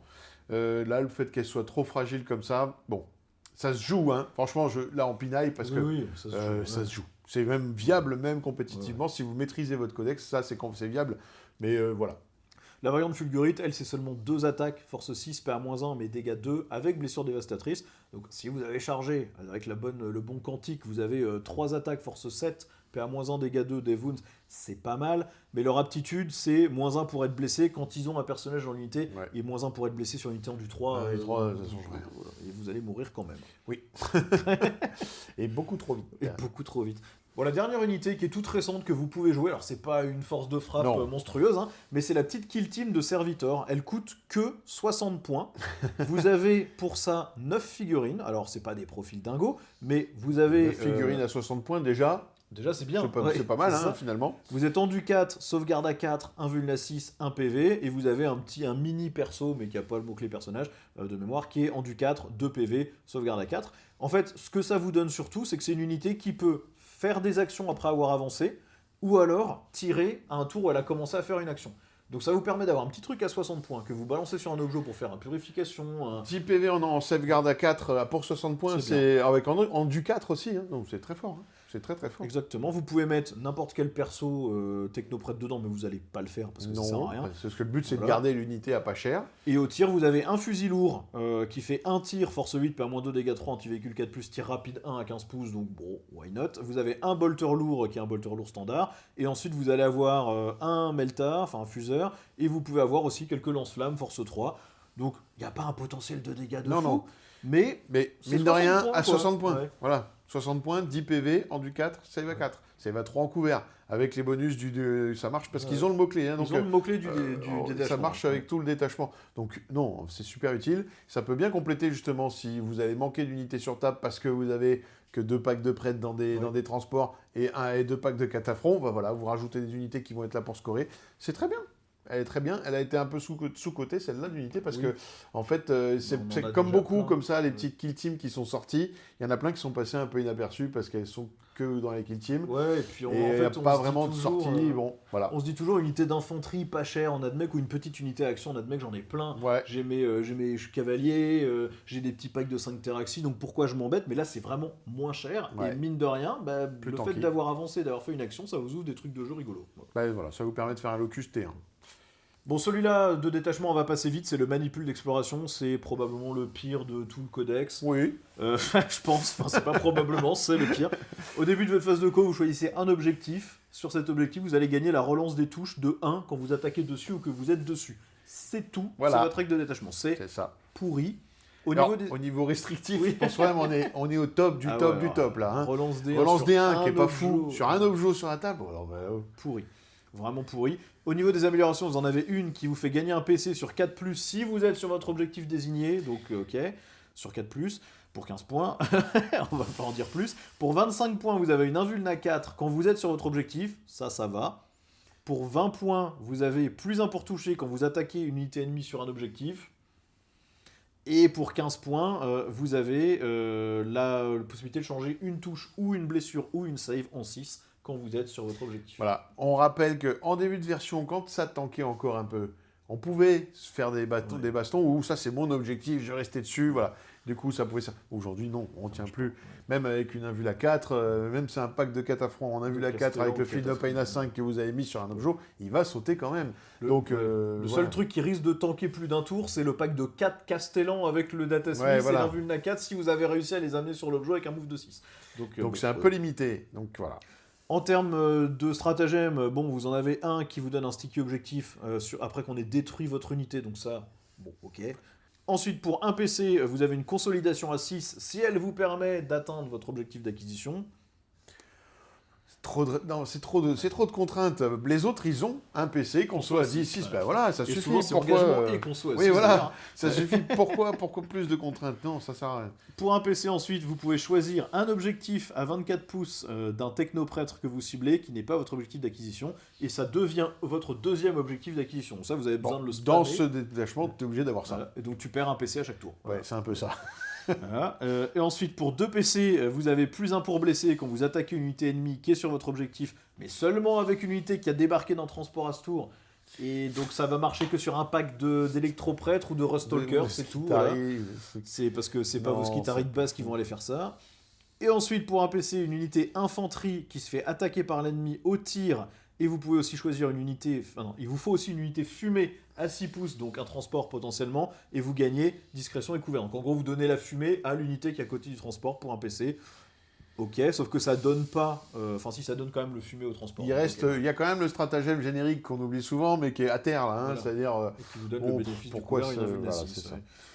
Et là, pour un PC, à la phase de charge, une fois que l'ennemi a déclaré une charge, vous avez une unité infanterie qui se fait charger, qui est sur votre objectif d'acquisition et qui est à 3 pouces d'un transport, et elle peut réembarquer dedans. C'est 3 pouces, quasiment tous les autres stratagèmes qui font ça, c'est 6. Ouais. Et voilà, il faut être sur l'objectif d'acquisition. Donc, non. Donc, voilà. Hein. Donc celui-là, vraiment, il est naze. Et c'est dommage parce que c'est le plus fun en termes d'idées.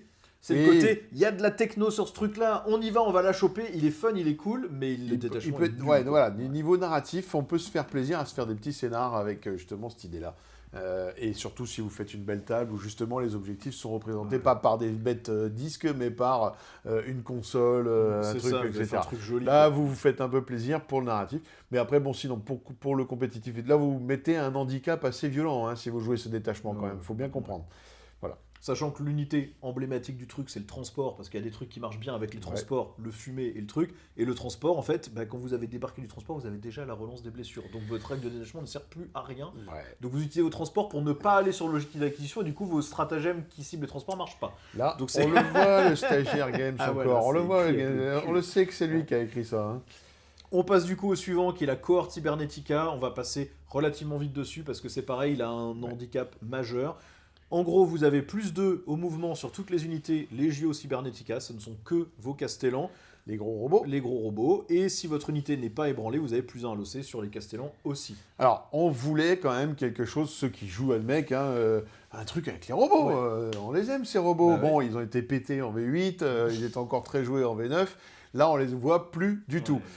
On a essayé fortement ce détachement parce que nous, dans notre microcosme, on aime beaucoup ces robots. Avec Eddie, on a beaucoup essayé de le faire. Bon, malheureusement, ça reste mou. En fait, le détachement, on va même pas forcément le passer en revue parce qu'en fait, il est tué direct par 2 choses. D'une part, vous avez le Halo Screed qui vous permet d'avoir déjà ce plus de 2 moves sur les castellans par défaut tout le temps, en plus de 2 unités. Mais en plus, tous vos stratagèmes s'activent à votre phase de commandement. Vous devez tout planifier au début. Et du coup, vous avez potentiellement 2 PC à votre phase de co. Allez, si vous les utilisez à chaque tour, vous en avez 1 ou 2 si vous en avez regagné un sur un 5+. Et donc, il va falloir tout planifier en début de tour, soit pour vous donner plus de moves, soit pour vous donner in your cover et touche à 3+, soit pour vous donner une relance des touches et aussi une relance des blesses si vous tapez un truc qui est en dessous de sa demi-force, soit pour avoir un repli tir, soit pour avoir les 2 doctrines, soit pour avoir un insensible à 5 contre les mortels et un insensible à 6. Il y a de la latitude de jeu, mais le séquencement des stratagèmes est insupportable. Et du coup, c'est pas facile. On va passer à Halo Screed. Et on va passer au dernier, qui est Halo Screed, qui est de toute façon mieux pour jouer les castellans. Voilà. Donc celui-là, c'est le détachement de Noël. Vous allez pouvoir choisir au début de la partie 2 unités à 1000 points. 2 unités à 2000 points. C'est une unité à 1000 ou 3 unités à 3000. Et vous allez leur donner un petit mot-clé qui s'appelle le Halo Override. Toutes les unités qui ont ce mot-clé vont gagner un bonus que vous choisissez, qui s'applique à toutes les unités en même temps. Soit plus 2 au mouvement, soit plus 1 en dû, soit avance et charge, soit discrétion. C'est très fort.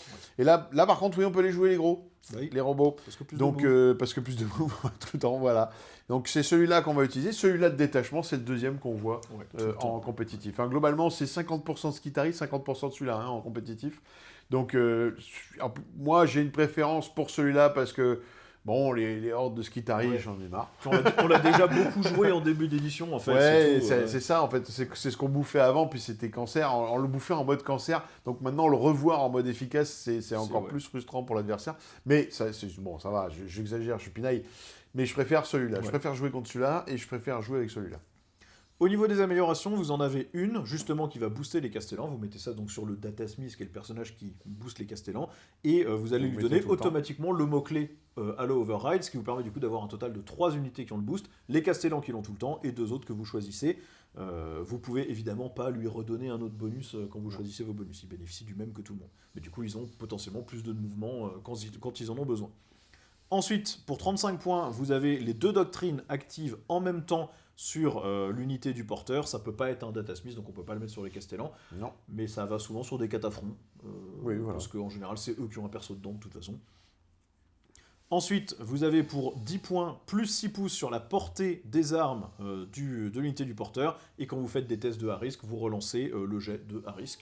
Ben, c'est là où on voit les cataphrons en plasma, Oui.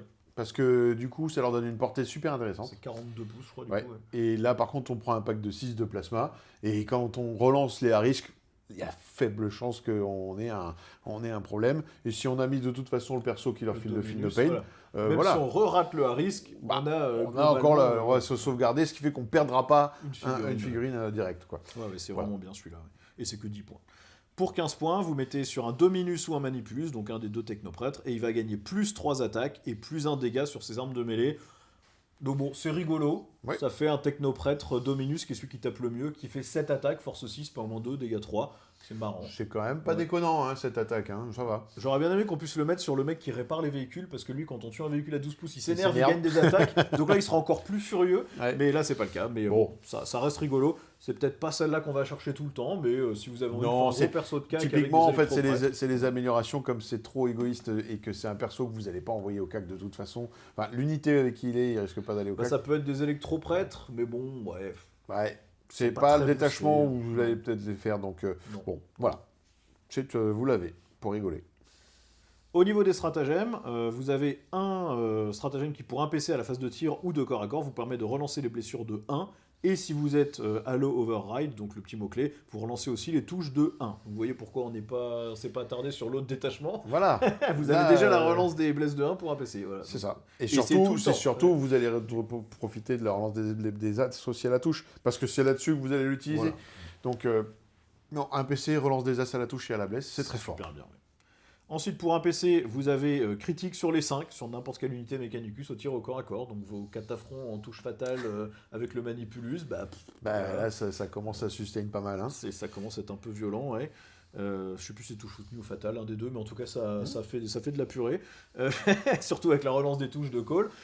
Ensuite, pour un PC à votre phase de mouvement, vous avez une unité Mechanicus qui peut gagner une aptitude de Halo Override, même si elle n'avait pas eu le mot-clé. Voilà. Donc ça vous permet de donner par exemple un avance et charge là où vous en avez besoin, ou plus de move à un truc. Si votre unité a déjà le mot-clé, vous lui mettez des 3 BM, mais elle gagne le deuxième bonus en plus. C'est ça. Donc vous avez des Castellans qui vont prendre un des 3 blessures mortelles, mais ils s'en foutent parce qu'ils ont plein de PV, Voilà. et ils ont plus de move et avance et charge.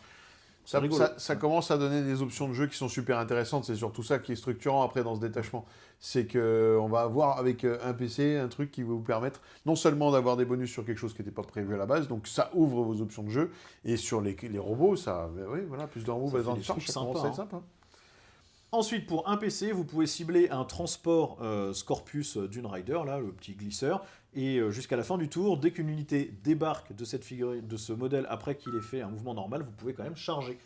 Donc ça, c'est bien pour les Rustalkers, les électroprêtres, c'est rigolo. Ouais. C'est un peu Ouais, pété quand même. Hein. Ça bouge de 12 de mémoire, Ouais. voilà, donc vous Et ça débarquez devient à un Land 3. Raider. Voilà, c'est ça, ouais. Donc pour un PC, ouais. j'ai mon C'est Scorpius qui se transforme en Land Raider, Ouais. super. C'est bien. Ensuite, pour un PC, vous ciblez une unité Mechanicus qui vient de se désengager et elle peut tirer et charger. Et si elle a le mot-clé Override, elle peut en plus relancer les tests de fuite désespérée. Bah voilà. On n'a pas besoin Ça, de c'est une arme qu'on a besoin tout le temps, et ben on l'a, très bien. On voit souvent que les détachements compétitifs, c'est ceux qui donnent Ben, au moins cette option-là oui. de désengage, tir-charge. C'est trop important en fait, surtout quand on a des adversaires qui justement vont vous engluer ce genre les unités que vous voulez pas. Mais là, vous épatouillez et puis vous faites ce que vous voulez. Non, c'est très utile. Et enfin, pour un PC, à la phase de mouvement adverse, quand l'ennemi a fini un mouvement normal d'avance ou de repli, vous pouvez prendre une unité Infanterie Mechanicus, sauf les cataphrons, et faire un mouvement normal de 6 pouces si vous êtes override, ou de D6 pouces si vous ne l'êtes pas. Donc en gros, mouvement réactif quand l'adversaire rentre dans les 9 pouces. Voilà. Pareil. Très bien aussi. De Voilà. toute façon, tout ce qui est les mouvements réactifs, qui est les mouvements désengage, tir, charge, tout ça, c'est des armes ultra importantes. Donc là, c'est pour ça que ce détachement est très fort, c'est qu'il offre des stratagèmes vraiment très, très structurants pour une game, tout simplement. On va vous parler des gros robots, du coup. Voilà, c'est bon vieux Castellan. Donc eux, ils sont quand même très chers. C'est 180 points les deux, 360 points. Donc c'est les 90 4. pièces, quoi. Hein. Mais en plus, vous allez systématiquement leur mettre le Datasmith parce qu'il est trop bien. Il coûte Ouais. que 35 points. Ce que vous allez faire avec ces robots, c'est que vous allez avoir quelques options d'équipement, mais en général, on les met plutôt avec les points jumelés et l'espèce de lance-flamme sur le dos. Donc le lance-flamme, c'est D6 tir, force 6, PA-1 dégâts, ignore couvert.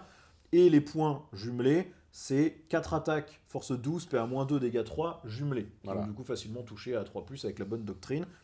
Leurs aptitudes, c'est qu'ils ils donnent un insensible à la douleur à 4 au Datasmith pour qu'on ne vienne pas le sniper. Et en plus, quand ils font un 6 à la save, ils infligent une blessure mortelle quand ils sont tirés dessus. C'est ultra C'est incroyable. ultra pénible, mais parce que vraiment, on s'en rend pas compte, mais quand on doit commencer à tuer un pack de robots, il en faut du tir. Hein.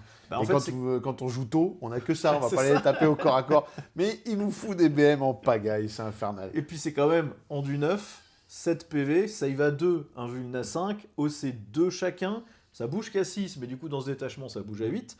Et quand vous avez mis le Datasmith avec, en fait vous allez choisir au début de votre phase de commandement, vous allez choisir un protocole. Soit vous avez plus 2 attaques au tir, donc le lance-flamme D6 plus 2, c'est Voilà, rigolo. c'est pas mal. Soit vous avez plus 2 attaques au corps à corps, ça devient 6 tirs de attaques. gantelets jumelés, 6 6 attaques. attaques de gantelets jumelés, ou vous vous mettez plus un landu, ce que vous pouvez aussi vous donner avec le mot-clé override, donc vous Voilà. avez des robots en du 11. Oui. Ça commence à Ça être commence chiant à tanker. Hein. Ils sont en save à 2, donc ça tank. Ça tank vraiment fort. Ouais. Et 90 points le châssis, on est bien costé. Ouais. Vraiment, on est bien accosté. C'est pas ultra létal, par contre, parce que, en fait, si les armes, là, ça paraît fort Au quand il y corps a à les corps, 6 oui, attaques, ouais. faut 6 x 4 à Il faut 24 amener les attaques. 6 au corps à corps. Mais il faut amener ouais. tout le monde au corps à corps. Et c'est un pack qui coûte 500 points. Hein, Ouais. donc voilà, faut faire attention. C'est une unité qui tank énormément, qui va vous renvoyer des BM quand vous essayez de la tuer. Au cas qu'elle rigole 0. Si vous passez à côté avec des petites unités pour essayer de les embomber, il peut vous les cramer facilement, Ouais. mais il pourra aussi désengager. Il peut vous faire des mouvements réactifs, etc. Bon, ça te fait un tout qui est quand même super structurant dans ce détachement. C'est-à-dire l'Overwatch du pack de 4 Castellan, c'est 4d6 plus 8 tirs si vous avez le bon truc. En 6 moins 1 ignore cover qui touche auto, vous cramez un pack de Marines, vous cramez Ouais. n'importe quelle unité Eldar, ça vole. Hein. Donc c'est rigolo, et si vous les laissez vous charger, ils vont vous défoncer. Maintenant, il n'y a que dans ce détachement qu'ils arrivent vraiment à aller au corps à corps. Hein. Sinon, ils n'y arrivent pas. C'est pour ça que moi, je Le l'ai plus joué, de move est très très fort. Moi, je l'ai joué avec quasiment que du tir en fait au début pour avoir le lance-flamme et les trucs à phosphore là, et puis ça faisait juste. C'est comme ça qu'ils étaient joués en V8 parce qu'ils faisaient 36 tirs par tête. C'était n'importe quoi. Là. On va terminer avec les 2 technoprêtres qui sont utiles dans quasiment tous les détachements, mais qu'on joue aussi ici pour les améliorations. Vous avez le Manipulus en du 4, 4 PV, save à 2, 1 vuln à 5, mouvement de 6. Il a une lance Maniarel qui fait un tir, force 7, PA-2, dégâts 3, ou un lance-flamme, force 4, PA0, dégâts 2, Death Wounds. Au corps à corps, c'est 4 attaques, force 6, PA-1, dégâts 2. Vous le prenez surtout parce qu'il donne touche fatale à l'unité qu'il mène, et parce qu'une fois par bataille, au début de la phase, vous pouvez activer une invulnérable à 4+, jusqu'à la fin de la phase. Donc vous protégez vos cataphrons, vous protégez des unités de ligne si vous avez envie, mais c'est surtout sur les cataphrons. Mais c'est surtout les cataphrons qu'on l'a vu, oui, bien sûr. Ça peut marcher sur des électroprêtres si vous êtes retrouvé dans la pampa avec, mais bon, voilà.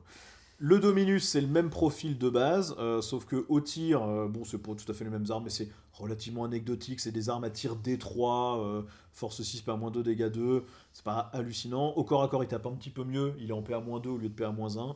Maintenant, son aptitude, c'est surtout qu'il donne un insensible à 5 à l'unité qui rejoint, un insensible à 4 si c'est des électroprêtres, parce qu'ils ont déjà un insensible à 5. C'est ça. Et au début de la phase de combat, vous pouvez choisir un véhicule qui est à portée de corps à corps de lui. Sur 4+, il prend des 6 mortels. Et en plus, il va avoir -1 à la CC. Oui, mais celui-là, on le voit aussi. Voilà. Ça fait partie des 2 persos qu'on voit un peu partout. On en parle pour ce détachement, mais vous les utilisez dans tous les détachements. C'est là où vous mettez les Aveillos, c'est là où vous allez structurer. Bon, voilà. En conclusion de ce codex, ce qu'on peut dire, c'est quand même qu'on a une super faction. C'est-à-dire que c'est vraiment quelque chose que, dans le fluff, on avait attendu longtemps hein, dans l'histoire parce qu'on a commencé Warhammer 40 000, on savait que c'était l'Adeptus Mechanicus qui faisait toutes les armes, qui faisait tout, et qui avait leur dieu à eux, et que du coup, qu'on n'osait pas les taper, même les Primarques n'avaient pas osé les taper parce qu'ils disaient, eux, ils sont un peu vénères, que quand Adeptus Mechanicus, ils ont choisi, là c'est notre planète, vous pouvez pas atterrir, et ben l'Imperium n'atterrit pas. Donc ils ont vraiment leur loi à eux, et c'est quand même assez cool. Donc maintenant, ils ont leur armée, avec un style steampunk extraordinaire. Et ce qui était dommage et ultra frustrant, et moi je compatis à mort, parce que quand on voit son codex qui arrive dans une version et qu'il est éclaté au sol comme ça, ça fout le seum de ouf. Ah, c'est horrible de se dire, non mais je vais pas faire 3 ans avec cette merde. Ouais. Hein, c'est un peu ça. Là, ce qu'a prouvé Games, c'est qu'ils ont accompagné le truc jusqu'au bout, qu'ils ont réglé les problèmes petit à petit. Ça a mis du temps. Ça a été difficile, ça a été un peu lourd à jouer pendant 1 année ou 2. Là, on arrive vraiment sur un truc très agréable à jouer. Fort, Parce qu'on ne vous a pas parlé de toutes les unités, mais vous avez encore les petits cavaliers, vous avez l'Onagre qui est un très bon tank, qui a sa petite bulle qui donne une invulne à 4 aux lignes à côté, et qui peut tirer super fort, soit sur de l'infanterie, soit sur des véhicules, soit sur des élites. Vous avez le Scorpius avec son canon, qui peut faire soit du tir hors ligne de vue, soit du tir anti-véhicule très efficace. Ouais. Ils ont tous une chier de mitraillettes qui peuvent laminer de l'infanterie. Il y a plein d'unités qu'on n'a même pas encore passées en revue, parce qu'en fait, vous avez tellement de choix possibles. On peut à peu près tout jouer. Hein. Tout est jouable. Voilà. Il y a peut-être que les cavaliers avec le chien lance-flamme là, qui sont vraiment, vraiment pourris. Ouais. Mais globalement, quasiment tout le reste. Vous insistez, je suis sûr que vous trouvez un truc. Ouais, parce qu'en fait, en amical, il marche quand même. Ah oui, oui.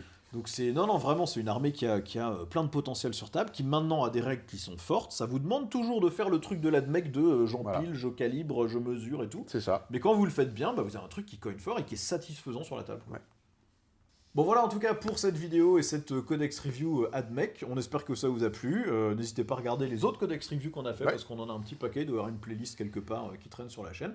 Merci à tous d'avoir regardé, vous savez comment nous soutenir avec les boutons YouTube, vous pouvez aussi aller sur la page Tipeee, vous avez à l'écran tous les tipeurs qui nous soutiennent actuellement, merci à eux, ça nous aide à avoir des meilleurs micros, des meilleures caméras et tout, donc si vous voulez les aider, si vous voulez être comme eux et nous aider, vous pouvez faire ça. Et si vous voulez nous soutenir en faisant vos courses, vous avez le lien MyHobbyPlace dans la description. C'est moins cher que sur le site de Games. Ça nous reverse une petite commission si vous sélectionnez notre chaîne au moment de payer.